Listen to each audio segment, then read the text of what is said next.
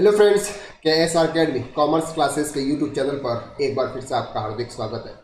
हम बात कर रहे हैं क्लास 12 नॉन प्रॉफिट ऑर्गेनाइजेशन के। नॉन प्रॉफिट ऑर्गेनाइजेशन के प्रीवियस चैप्टर में हमने कवर किया था कि सर बैलेंस शीट किस तरह से प्रिपेयर की जाती है। दैट मीन्स कि बैलेंस शीट के अंदर कौन कौन से ग्रुप होते हैं और उस ग्रुप के अंदर कौन कौन से लेजर्स लिए जाते हैं, वो हमने प्रीवियस लेक्चर के अंदर कवर किया था। हमने यहाँ तक भी देखा था कि sir receipt and payment account और इनकम एंड एक्सपेंडिचर अकाउंट आप किस तरह से प्रिपेयर करते हैं, उसमें जो एडजस्टमेंट होते हैं वो एडजस्टमेंट हम किस तरह से प्रोवाइड करते हैं। उसमें हमने सबसे पहले देखा था सब्सक्रिप्शन। अब हम बात करते हैं कि सर ये जो नॉन प्रॉफिट ऑर्गेनाइजेशन होती है ना, उससे कुछ मेन वर्ड्स होते हैं जो हमको समझने की ज़रूरत होती है।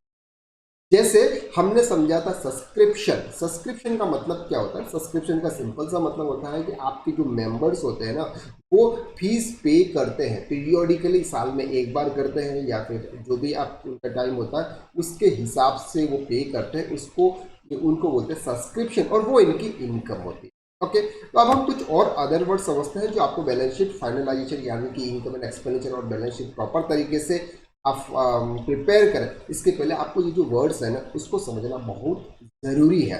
अब जब सबसे पहले हम समझते हैं, नंबर वन आपको दे रखा है यहाँ पे डोनेशन। अब ये जो नॉन प्रॉफिट ऑर्गेनाइजेशन यानी कि ट्रस्ट की इनकम कैसे होती है, वो इनकम आप किस तरह से कैलकुलेट करते हैं, और वो इनकम कैपिटल होती है या रेवेन्यू टाइप्स की होती है। हम देखते हैं ना कि जो जो कुछ भी स्पेसिफाइड होता है उसको हम कैपिटलाइज करते हैं, जो स्पेसिफाइड नहीं होता है उसको हम इनकम एंड एक्सपेंडिचर के क्रेडिट साइड्स में लिखते हैं। तो यहाँ पर हम देखेंगे क्या स्पेसिफाइड है क्या नॉर्मल है। तो सबसे पहले हम बात करते हैं डोनेशन। डोनेशन का सिंपल सा मतलब is a short or gift in case of property receive by some person or organisation, या किसी पर्सन या फिर किसी ऑर्गेनाइजेशन के द्वारा आपको एज ए डोनेशन दिया जाता है, फ्री में कुछ पैसा दिया जाता है, जिसको हम बोलते हैं donation. It appears in the receipt of receipt and payment accounts. ये जब रिसिप्ट होता है तो उसे हम कहाँ करते हैं? रिसिप्ट एंड पेमेंट अकाउंट के अंदर डेबिट करते हैं। Donation can be specified purpose for general purpose, या तो वो किसी स्पेसिफिक पर्पज से आपको दिया जाता है डोनेशन, या फिर इस जनरल पर्पज से दिया जाता है कि कोई भी आप एक्सपेंसेस उससे कर सकते हो। और एक स्पेसिफिक पर्पज से कि आप सिर्फ इसी के लिए यूज कर सकते हो वो डोनेशन, अदरवाइज आप वो यूज नहीं कर सकते हो। तो सबसे पहले हम बात करते हैं कि स्पेसिफिक डोनेशन। अब स्पेसिफिक डोनेशन क्या होता है? If donation receive is to be utilise to achieve specified purpose that called specific donation. That means कि ये जो अमाउंट आपको मिला है, ये अमाउंट आप किसी न किसी स्पेसिफिक पर्पज से यूज करोगे, उसको हम बोलते हैं स्पेसिफिक। पहले से डिसाइड होता है कि हाँ आपको ये काम करना है इस डोनेशन से, उसको हम बोलते हैं specific donation. Specific purpose can be an extension to be existing building, construction of a new computer laboratory, creation of bank book. Such donation is to capitalize shown in the liability side of the balance sheet irrespective of the whether an amount big or small. That means कि sir आपको दो ध्यान रखना है। जब भी आपको donation मिलता है, जब भी आपको डोनेशन मिलता है तो डोनेशन दो टाइप से, एक है स्पेसिफाइड डोनेशन, दूसरा होता है जनरल डोनेशन। जब आपको स्पेसिफाइड डोनेशन दिया जा रहा है, क्वेश्चन के अंदर क्या दिया, दिस इज स्पेसिफाइड डोनेशन, तो आपको उसको कहाँ पे ले जाना है? कैपिटलाइज करना है। और भी कैपिटलाइज के अंदर कहाँ करना है? आपको लाइबिलिटी साइड्स में ले जाना है। ओके, यहाँ तक क्लियर है? ये डोनेशन है, ये क्या है? Specific donation. अब उसका अमाउंट कितना भी हो सकता है, वो जितना भी अमाउंट होगा उतना सब कुछ आपको कैपिटलाइज करना है। तो ये आपके इनकम एंड एक्सपेंडिचर अकाउंट्स के अंदर नहीं आएगा, ये आपका जाएगा बैलेंस शीट के अंदर। ओके, नेक्स्ट है जनरल डिडक्ट डोनेशन।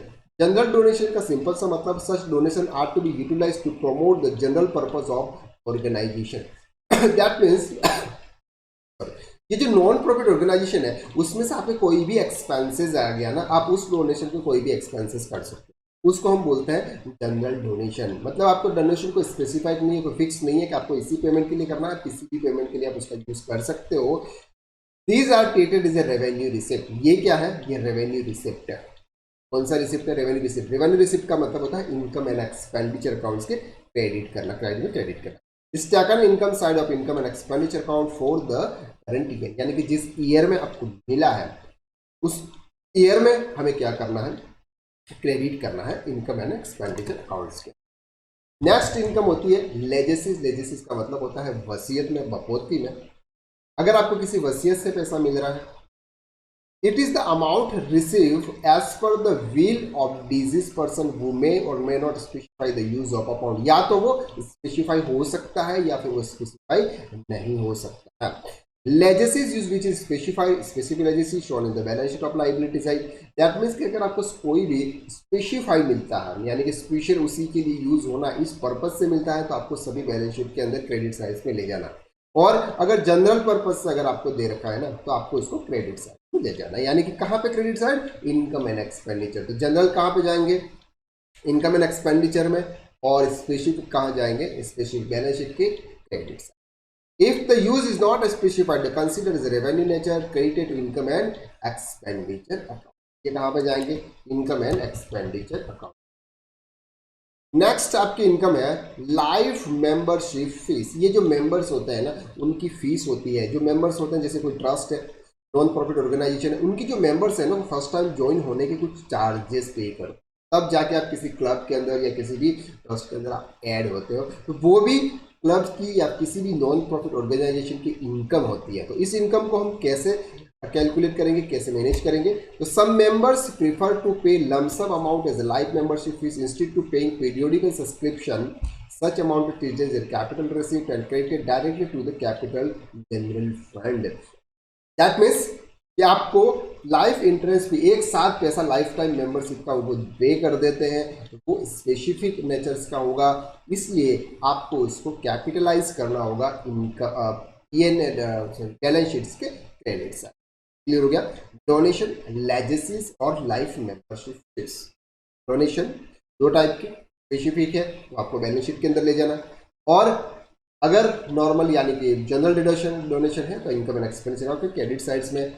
लेगेसीज है, स्पेसिफिक है तो आप वहाँ ले जाइए, और डोनेशन नहीं है तो नॉर्मल है तो वहाँ ले जाइए। और साथ साथ में आप लैब मेंबरशिप फीस भी as well as fees. And next है इंट्रेंस फीस। इंट्रेंस फीस का मतलब सिंपल ये होता है, entrance fees also known as a admission fees paid only once by the member at the time of becoming a member.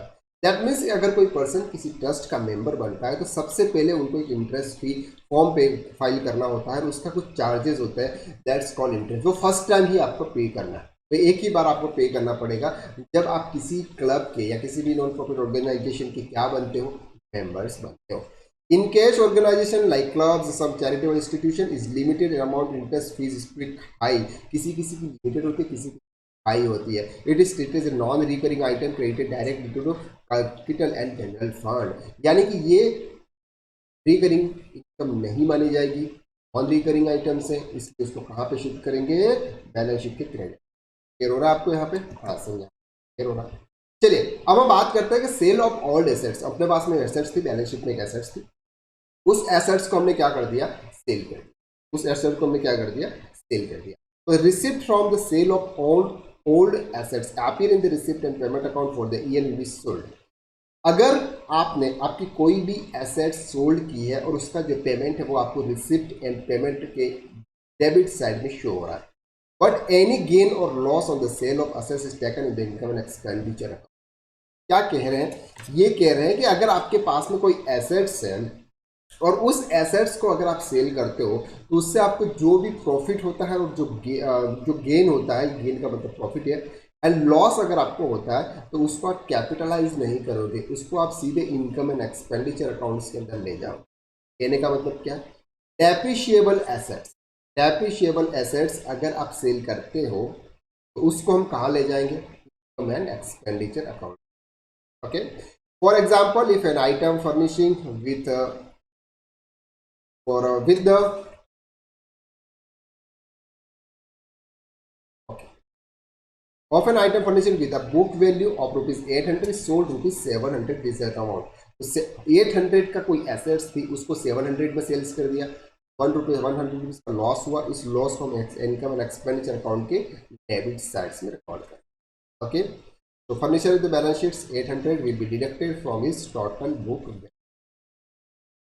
Cell of periodical, sale of periodical का मतलब होता है कि कोई ऐसे आइटम्स होते हैं आपके पास में जिसको आप सेल करते हैं। It is an item of recurring nature shown in the income side of the income and expenditures. Sale of sports material, sale of sports material like use material like old balls, net, regular feature यानी sports club is use on income in the expenditures. और ये होता है ना, कभी कभी आपके पास में कुछ स्पोर्ट्स मटेरियल पड़े हुए हैं, वो आपने किसी को सेल्स कर दिए, तो उससे भी आपको इनकम होगी। तो ये इनकम सब कहाँ पे जाएगी? इनकम एंड एक्सपेंडिचर अकाउंट के credit side. Payment of honorarium. Honorarium का मतलब होता है कि सर एक जो रेगुलर पर्सन हमारे यहाँ पर काम करते हैं उसको हम एम्प्लॉई बोलते हैं, उनको जो पे करते हैं उनको सैलरी बोलते हैं।